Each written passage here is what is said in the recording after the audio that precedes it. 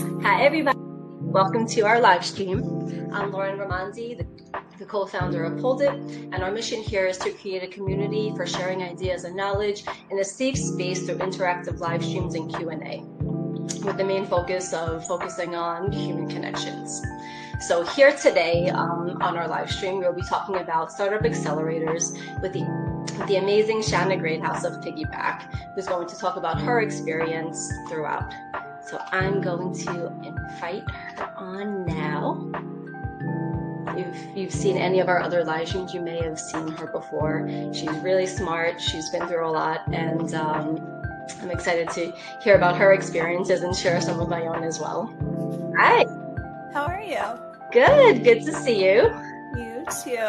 Awesome day. Beautiful day in Cleveland. You look very nice. Thank you. Put on my summer outfits. So I know. I'm excited. I have the no sleeves on. I think the last time we were in sweaters, so I'm very excited. Yeah. I'm excited to be here too and dive in. Thank you so much. Absolutely.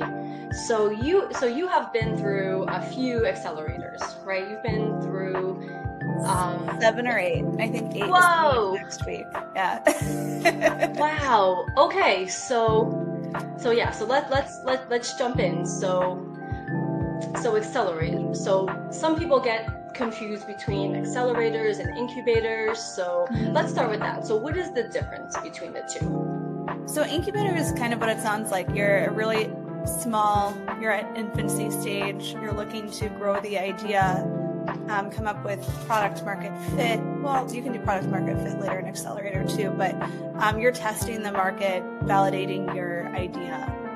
And then an accelerator is really toward taking that idea to market and scaling it as well. Okay, very cool. So I know you've been through a few accelerators. Do they offer different things? Because I kind of went through an existing business version of one through the Goldman Sachs 10,000 Small Businesses, and we can talk about that a little bit later, but that was through all ACEs, and I know that accelerators tend to be more for startups. So, is there a difference between all the different ones that you've gone to? There are different specializations, I would say. I've been through, for example, National Science Foundation. I've been through actually 2 rounds of the I-Corps program, and that's really about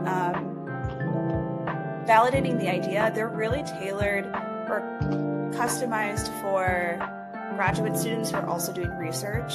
So they go into the very, very, very basics and then expand from there. I went through it twice so that I could get forced to talk to people because I am more introverted. So it was a way to, there's grant money at the end, like a small amount for the I-Corps program, but it forces you to talk to, I think by the end of the program, it was like 120 people. So it's a great motivator. Okay. I've been running other accelerators that are just focused on one aspect. So Jumpstart has, which is a Cleveland VC fund. They have one specifically for digital marketing, which is not something I've really been in before. So that was really helpful, going through everything from SEO to video editing to content scheduling. We have a question. What's the ideal time? Let's see. What is the ideal time for you to go to the accelerator route with your startup? Do you need to be VC funded, or is it when you have a production version of your idea that is already in the market? Yeah, I would say for accelerators, it's good to have an MVP. And the MVP doesn't have to be, it can be manual. I say that for like applications. If you have a proof of concept that is more, I'm manually coordinating people. So for Piggyback, the example would be if we had gone this route, we could have manually gone door to door, talking with neighbors, and then bundled that way and then presented them to contractors. That's a good enough MVP, I would say, to go to an accelerator. And then from there, a lot of the accelerators have coders on hand. So like that's nice. Yeah, part of the perks, like for example, Jumpstart just rolled out a software accelerator, and they're doing in-kind funding for actually building out MVPs. So okay, that's interesting. Yeah, it doesn't Okay. have to be as fully baked as you would think. Certainly not VC funded. A lot of people use accelerators as a way to get initial funding, especially if they don't have a deep network for friends and family rounds or angels. Sure. So when you go through accelerators, you have to give up equity, right? Or how does it work? Or Not does it? necessarily. It depends on the accelerator. Some require it, some don't. Like one of the accelerators we're actually talking to now, so we might be on to number 9, is what you get. You do give up a portion of equity, but they serve as a matchmaker with investors while also having you go through some kind of a business plan refinement session with them. Okay. Yeah, because I was reading that, obviously, in the past I've researched accelerators, just in general, and we've thought about doing it for Poldit at some point, and, I did read that it seems like almost all of them do have some sort of like an equity type of a thing. Now, is that certain types of accelerators, or is it just unique to the accelerator itself, maybe? It's unique to the accelerators. A lot of them are funded through like the Economic Development Fund. Mm-hmm. So then they're getting government fund to stimulate the economy, and they get funded based on, their output, essentially, how engaged they are with the entrepreneurs, what kind of services they're providing. So the accelerator becomes an extension of that, and it locks in they're getting paid for it too. Like the funding also includes their salaries. So Jumpstart for a long time was that way. We're like for the digital accelerator that I did, digital marketing, it was 7 or 8 weeks. I had great consultants that came in every week and proctored it, and there was no equity involved, and there was no initial payment either. Okay. Oh, very cool.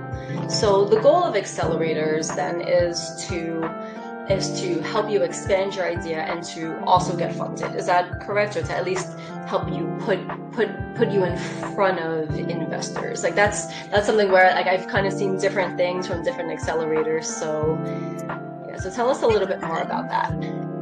It depends on what the accelerator you choose. The one I'm finishing up right now is through Sea Change. It's for social enterprises. It's a really great one. It is actually nationwide, so encourage anyone to take a look at it.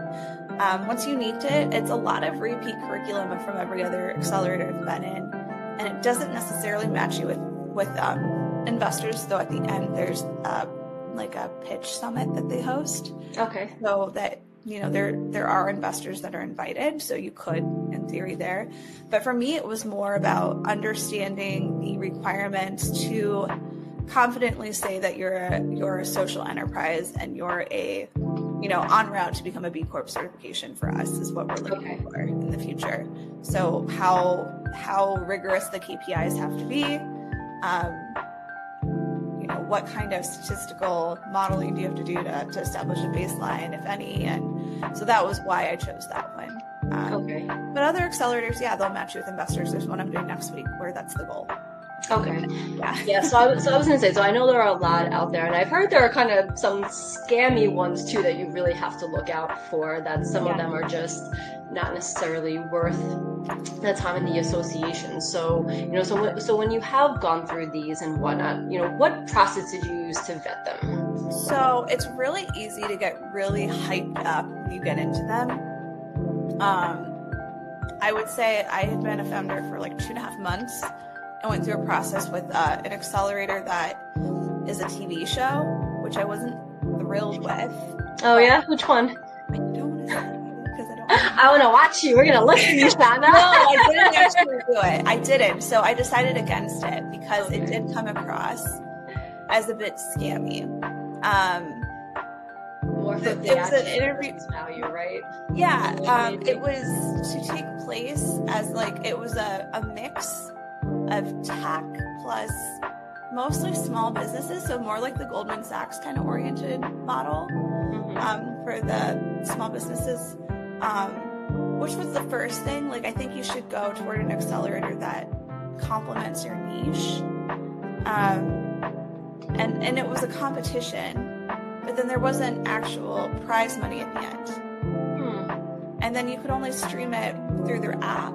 or on Facebook, whenever I Googled, like I did the search and Meta for it, it like didn't come up. So I'm like, and you paid money to participate. Oh, okay. Yeah. So because there's all kinds of red flags there.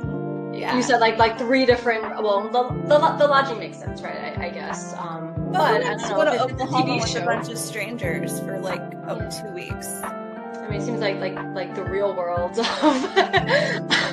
like We'll talk later. accelerators. We'll talk later because there's a tie.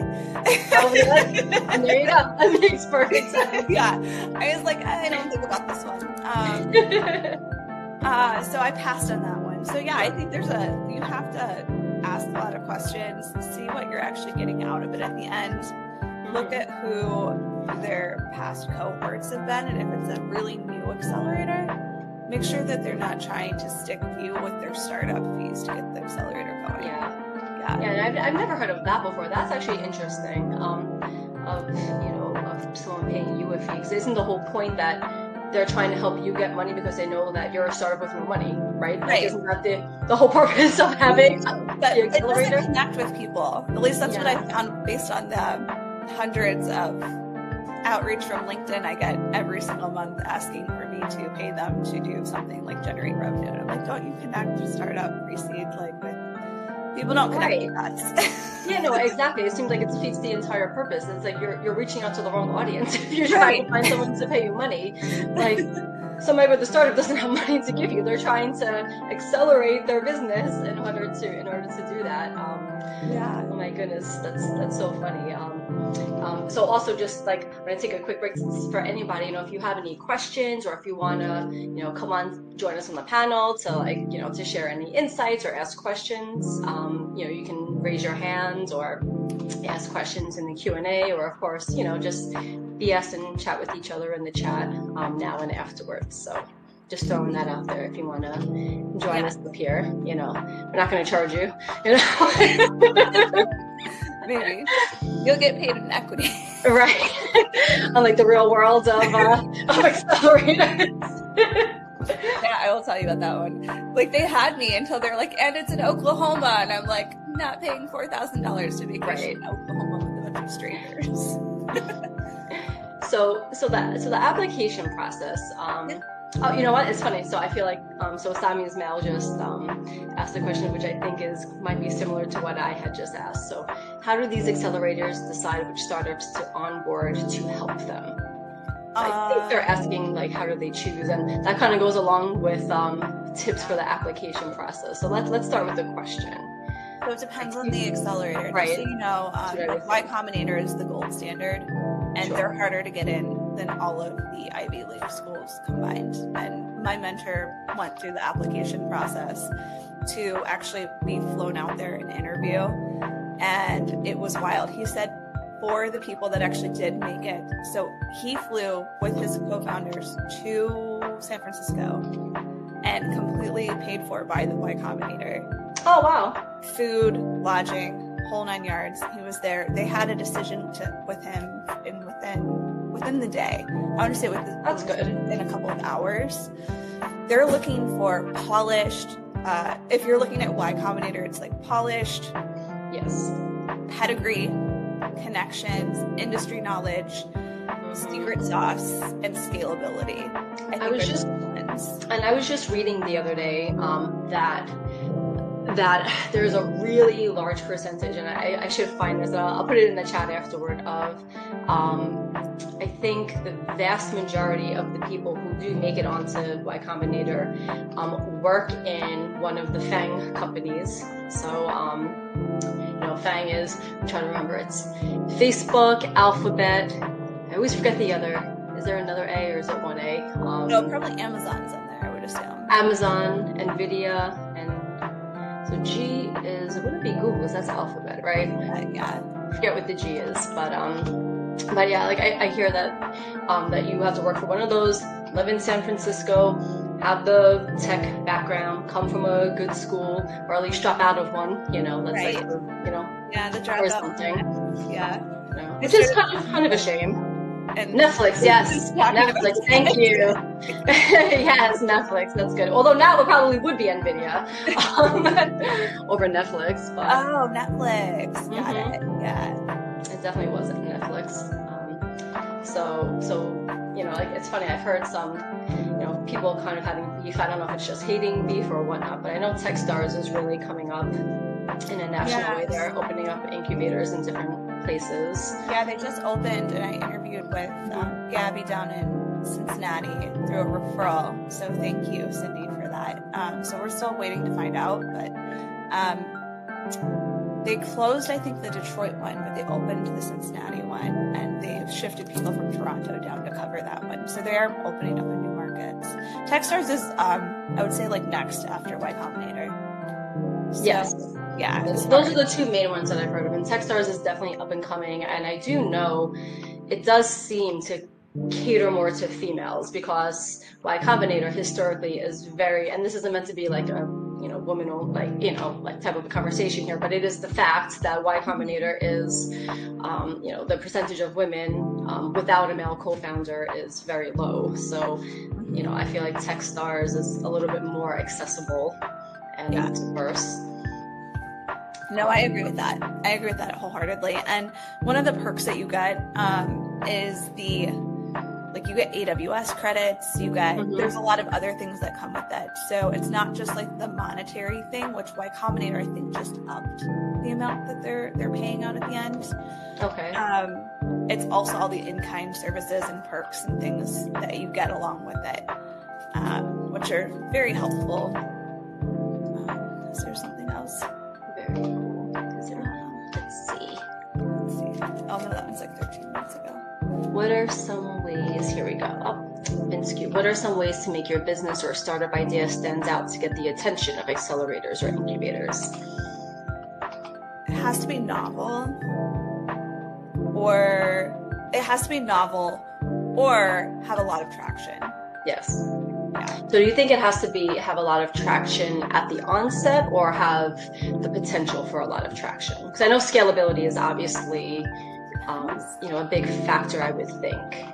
Yeah, it depends on the accelerator. I think for like a Techstars, it would be traction. Just because the competition is so high. But if you go to local accelerators, like I keep falling back on Jumpstart, but there are other ones in the Cleveland area too. It can be the potential as well. Also, belief in the founder's passion, how the founder presents really goes a long way, just like with pitch competitions. I mean, a lot of times the accelerator application process, you submit a pitch deck, you answer a bunch of questions, and then about 50% of the time they require a founder video. So you're pitching anyways. So presence goes a long way as well. Yeah, I would think that the video is probably the make or break for any application, because ultimately people can be very good at putting things down. And I come from the world of experiential marketing and event staffing as well, where some people make or break for any application, because ultimately people can be very good at putting